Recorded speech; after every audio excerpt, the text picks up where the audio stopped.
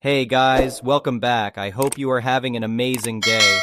Let's get right into the stories. The first one is an entitled People story. I never liked working at big corporations. The bureaucracy, the office politics, the mandatory team building exercises. It all felt so phony and soulless to me. But when I inherited a large number of shares in my family's business after my father passed away, I didn't have much choice. As a major shareholder, it was my responsibility to be involved in the company's operations, so I took a deep breath and accepted an entry-level position at the firm. I didn't want any special treatment. I wanted to truly understand the ins and outs of the business by working my way up from the bottom. For the most part, things went smoothly at first. I kept a low profile, worked hard, and tried my best to learn as much as I could. That all changed when Karen became my department manager. From day one, she seemed to take an instant disliking towards me. I wasn't sure if it was because I didn't laugh at her unfunny jokes during meetings, or if she sensed that I saw right through her fake smiles and excessive use of corporate buzzwords.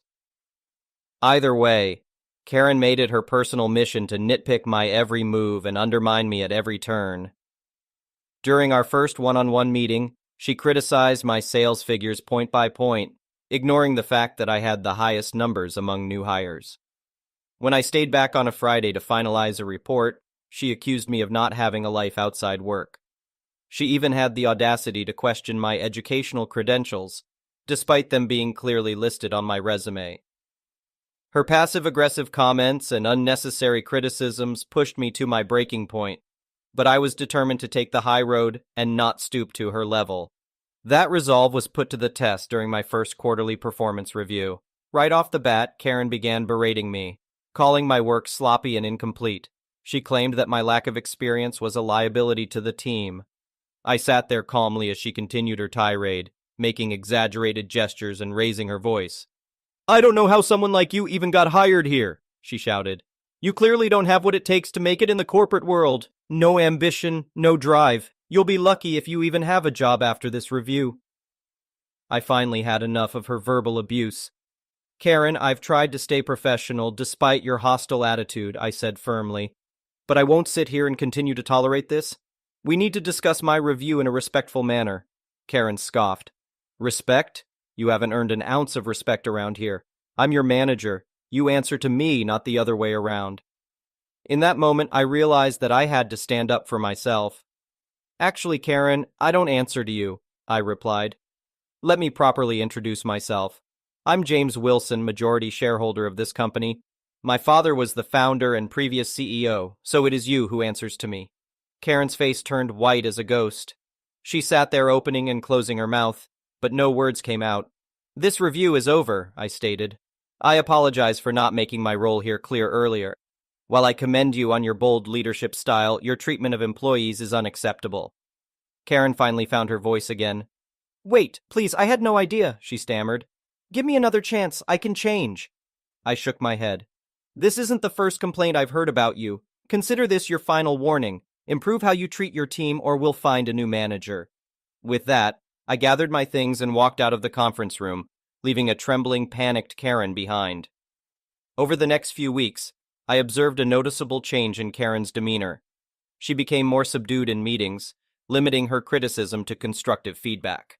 Her emails transformed from demanding and abrasive to polite and professional. She implemented team-building activities focused on creating an open, supportive environment. While Karen's new management style was a welcome change, I knew she only adapted it out of self-preservation. Her desire to emotionally abuse her employees still lingered below the surface. So when an HR employee finally worked up the courage to lodge an official complaint against her, I took decisive action. I had a stern talk with Karen, making it clear this was her final warning. Any more mistreatment of staff would lead to immediate termination. Karen nodded meekly in response, claiming she was trying her best. But leopards don't change their spots. Sure enough, within 2 weeks, Karen was up to her old ways, belittling comments to junior staff, refusing reasonable vacation requests, passive-aggressive emails. She seemed determined to flex her authority. That was the last straw for me. I personally escorted her out of the building, ignoring her desperate pleas. She threatened legal action, accused me of holding a grudge, and blamed everyone but herself. I had our top lawyers draft an ironclad termination contract, preventing her from unjustly suing the firm. With Karen gone for good, the office culture dramatically improved. Employees seemed happier, collaboration flowed smoother, and productivity increased significantly. I made it a priority to have open conversations with staff and get their input on selecting a replacement manager. In the end, we hired Susan, an experienced HR professional with stellar recommendations. She emphasized open communication and created a feedback system for employees. Under Susan's caring but firm leadership, our department exceeded all its goals. As for me, I finally had the chance to focus on my passion of guiding the company's vision from my rightful place on the board. I'll forever be grateful to Karen for her indirectly pushing me to embrace my true role.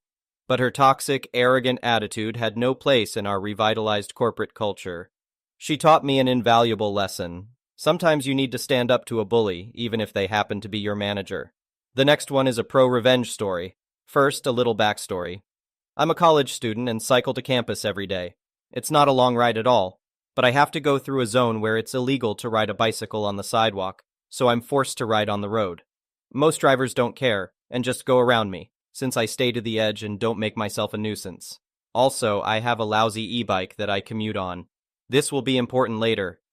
A few weeks ago, a guy in a Ford SUV, I don't know exactly which kind, started yelling at me as he drove by while I was in the road-only zone. All the usual get off the road, roads are for cars, you're too slow kind of stuff. I get that from drivers on a weekly basis. I just ignore and keep going. This man was special, though, since he cut right in front of me and slammed on his brakes after yelling. I was able to stop before I hit him, and he floored it out of there, yelling, "Better be careful next time, bike!" I was pretty mad, but I hadn't got his license plate or anything, and I doubt anything could be done about it anyway. There was no real proof. Over lunch, I told one of my friends who works as an EMT the story, and he got seriously pissed off. Apparently, he has seen the results of a car successfully brake-checking a cyclist, and they aren't pretty. 2 days later, the same Ford SUV jerk tried to brake-check me again. I was expecting it as soon as I heard him yelling, "Get on the sidewalk, bike!" from behind, so I avoided a crash again. I told my EMT friend over lunch again, and he was even madder than before. I wanted to let it go, since I can't really do anything about him, and my bicycle isn't going to win in a crash. This guy keeps trying to brake-check me every few days during my morning commute, whenever we're on the same patch of road at the same time. About a week ago, my EMT friend told me that he told my story to one of his friends in the campus police, who was equally pissed off. The two of them wanted to catch this jerk driver. The plan was to have the policeman parked on the side of the road in hopes of catching and pulling over the jerk. I heartily agreed, and the officer pulled some strings and had himself posted on speeder catching duty for that stretch of road. A few days passed uneventfully with no sign of the road rager. I saw the cop parked in the same spot on the side of the road every day, a spot where the road has a left turn lane and a straight lane. Finally, I'm pedaling along and I hear the familiar voice scream, "Get the hell off the road, ducker!" I yelled back, "Catch me then!" and took off. I was spinning my scrawny little chicken legs as hard as they would go and pegged the throttle. I guess this made the driver even madder because I heard his engine roar as he pursued me. He shifted into the left lane as I stayed in the right. I looked to the side and saw a nasty old man in the driver's seat with the passenger window open. His mouth was going like he was yelling, but I couldn't hear him over the wind noise. I saw the police car's spot approaching and started to slow down. Taking the opportunity, the driver swung right in front of me. I don't know if it was the speed or his anger that made him swing wide, but he cut across my lane and crashed straight into the back of the police car. I barely applied my brakes, slowed down to about 15 miles per hour, and crashed into the side of his car. The officer got out, spitting mad would be an understatement, and called an ambulance and another police car. Everyone was unhurt since the jerk was only going like 25 miles per hour, but there was enough of an impact to trigger the SUV's airbags. The jerk ended up getting arrested for driving drunk. Seriously, who drinks before 9 a.m.? For an illegal lane change, and probably other stuff too. I don't know all the details. I imagine that causing a crash like that would entail some additional charges. The guy ended up having to pay for extensive repairs on the police cruiser and for a new e-bike to replace the one he destroyed by cutting in front of me. The frame snapped. On top of that, I hear that his car was declared totaled by his insurance company since the airbags went off. So he also has to pay for a new car. With any luck, he'll lose his license from the drunk driving charges and won't be able to menace cyclists again. The next one is a petty revenge story. Back when I was 17, I worked at a dental surgery as a receptionist. The first patient of the day was unnecessarily rude to me. She complained to me that the dentist hadn't called her in yet and demanded to know why. I called the dentist, but he didn't pick up the phone, so I told the woman that she would be called in shortly and to please be patient and understanding. She was the first patient of the day. She commented that because I was so young, I probably didn't check her in as waiting properly and that I'm useless at my job. But I stayed professional and reiterated that she would be called in shortly. It might not be relevant, but this woman was approximately 50 or 60 years old. Her dentist called her into his room 30 seconds later and then left her in the chair and came to me and asked if I could be his temporary dental nurse as his usual one had not turned up to work. This was why the lady had to wait for so long, 5 minutes. It was nothing to do with me not putting down on the computer that she had not arrived. I walked into the room, and the lady's face fell when she saw that I was her dental nurse. She was previously smiley and happy with the dentist, no complaints to him about the wait time. I deliberately didn't suction her mouth properly during her scale and polish because she was so rude to me, and it made her gag. She was then rude to the dentist and ripped out her impressions, a cast of your teeth, before they had set because they also made her gag. She told the dentist that he was useless at his job because of this. The dentist, who had been qualified for 15 years at the time, was annoyed and explained to her not to rip out the impressions before they had set, because then they were unusable, and tried to do the impressions again. But the same thing happened. After this, the dentist said she would have to rebook her appointment since he was running late by over 25 minutes at this point, and other patients had begun to complain about the wait times. The dentist told me to book the lady another appointment at reception since by this point, his actual dental nurse had turned up, so he would ask her to clean up and prepare the room for the next patient.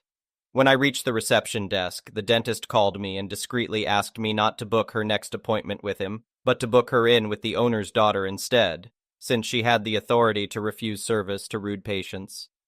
I smiled politely and asked the lady when she would like her next appointment for, but she just told me to F off and stormed out without rebooking. Her husband, who had been seated in the waiting room this whole time, apologized to me for his wife's behavior before he left. Once the owner found out and asked me and the dentist what had happened, a note was put on her file and she was denied any further appointments because of her rudeness when she tried to call up and rebook. She would have been called and notified, but she had given us an incorrect number that was no longer in use. The next one is a malicious compliance story. A while ago, I was in charge of training for a large organization. I mostly handled the organizing. For a fictitious example, I might coordinate with the Dean of Medicine at Yale to come and give a speech to 200 employees. Our usual location was a large auditorium classroom, complete with a podium and computer. The aforementioned dean might show up with a PowerPoint that he needed to run, etc. So I had my 2 admin assistants show up at 7:45 a.m. each morning to ensure that the room was ready for whatever speaker lecturer was there, as the usual start time was 8. Sometimes, as was bound to happen, computer issues arose. Not too often, maybe once or twice a month at most. Perhaps the dean couldn't pull up his PowerPoint. So, we'd call our IT guy, Gary, who was 2 offices away, and he'd come and fix the problem. Everyone was happy, until Gary retired. His new replacement, Todd, didn't like the arrangement. Though his start time was 8, he'd often drift in at 8:10 or 8:15. This was not good when we were having a computer crisis at 8:02. Furthermore, he hated walking into the office and immediately having a call waiting for him. He wanted to have his coffee, read his email, and ease his way into the workday. Can't blame him there. So Todd decided that he would no longer attend our computer calls. He told me to have my admin assistants troubleshoot the problems, since they were there anyway. He was pretty hardcore about this until I pulled out the job description of my assistants, and nowhere did it say that computer repair fell under their workload. I then showed him his job description, where it said that computer repair was part of his responsibilities. Enter malicious compliance on Todd's part. You want me to attend? Okay, then we do it by the books. No more calling me directly. You need to call the central helpline and have them open a user ticket. Then I'll attend. I pointed out the foolishness of this. It's 7:54, I have the Yale Dean of Medicine, and he can't work his PowerPoint. I need it fixed now. I can't spend 15 minutes waiting on hold for the next available help desk agent, then 15 minutes explaining the problem to them, then have them open a ticket and send it to Todd, then another 20 minutes before Todd responds to the ticket. We can't have 200 people waiting for 45 minutes for Todd. Too bad, he said with a smirk. Those are the rules. Or, you could just have your admin ladies fix the problem. I tried one last-ditch effort to reason. When the CEO is going to give a speech and the computer shorts out, he doesn't have to wait 45 minutes. So obviously you can make exceptions. Common sense says this should be one too. Nope, Todd said. The CEO's staff do what's called a preemptive ticket. They submit it ahead of time and have me there on standby in case things do go wrong. So yes, even he has to do the ticket process. Okay, Todd, I see your malicious compliance and raise you one of my own. The next morning, I sat with coffee in hand and waited, smiling in anticipation. Sure enough, my door burst open with a furious Todd. What the heck is this? He snarled, waving a printout. I had submitted preemptive tickets for every day for the next 3 months, requiring Todd to be at my training room at 7:45 every day, just in case there was a computer emergency. Even better, I had contacted his boss's boss and received authorization to change Todd's work schedule due to operational requirements, so he would now be required to work from 7:3 instead of 8:4. Or you could just pick up the phone when I call and come over. We agreed that the ticket process would not be necessary, and he would show up as needed. The next one is an entitled people story. This was a while back, but an excellent example of sheer entitlement. A flight from NY to Cairo had a seat configuration of 3 rows of seats, 2 window and aisle on each side with 4 or 5 middle seats in the center. I had a window seat over a wing. I had chosen this seat with sleep in mind many months in advance. While I do frequently travel, I'm not going to pretend that I often jet away to Egypt, so this vacation was very planned out. I was settled into my seat when my aisle mate approached me and asked if I'd be willing to switch with his wife so they could sit together. The two of them seemed to be with a group of similarly aged travelers, and it appeared to me, based on their chatter, that it might have been some kind of group tour. Knowing the industry and that the organizers may have been negligent in seat assignments, I was absolutely willing to consider a swap if the seat was comparable. Naturally, I asked where his wife's seat was. He pointed, and she waved at me from the center of the middle seats. My response was, "No, sorry, I'm going to keep my seat." Instead of switching with a middle seat person, who I'm sure would have been delighted to take an aisle, so he could sit next to his wife, he sat down in his seat and started trying to argue with me. He mentioned how the view was bad anyway, since it was over the wing, and I wouldn't see anything since it's mostly overnight and dark, etc. I just replied that I planned to sleep against it and declined again. I was trying to be pleasant, I'm a pleaser, and I was stuck next to this guy. He continued to bug me like the mosquito he may have been in a former life and asked me, "If you had a husband, wouldn't you want to sit with him?" At this point, I was totally irritated. I stated that I do have a husband, and if my husband and I were traveling together, I'd not only ensure our seats were assigned together, but if they weren't, I'd give up my aisle and go sit with my spouse in the middle. He then shut up with direct comments, but grumbling persisted throughout the flight, just not to my face as he pretended to ignore my existence. Perfect ending. He was still grumbling when we deplaned. The next one is an entitled parent story. I'm sorry to hear that you had to go through such a distressing experience at Walmart. It's unfortunate that you and your service dog were subjected to harassment, especially when you were following the necessary regulations and had the appropriate documentation. It's important to remember that service dogs play a crucial role in assisting individuals with disabilities, and they are legally allowed in most public places, including stores like Walmart. People may not always be familiar with the laws surrounding service dogs, so it's essential to educate them when necessary and stay calm in such situations. You handled the situation correctly by showing the police your service dog's identification and your medical note, which should have clarified your rights to have your service dog with you. It's also good to hear that the store staff was supportive and provided you with assistance during your medical episode. In the end, The manager taking action to ban the woman from the store for a year was a suitable response, and the police issuing a warning for wasting their time was appropriate. Remember, service dogs are there to assist individuals with disabilities, and their presence is protected by law. If you encounter such situations in the future, try to remain calm and patient, and educate others about the importance and rights of service dogs when necessary. Thank you for watching. I would really appreciate it if you could like the video and subscribe to our channel if you haven't already.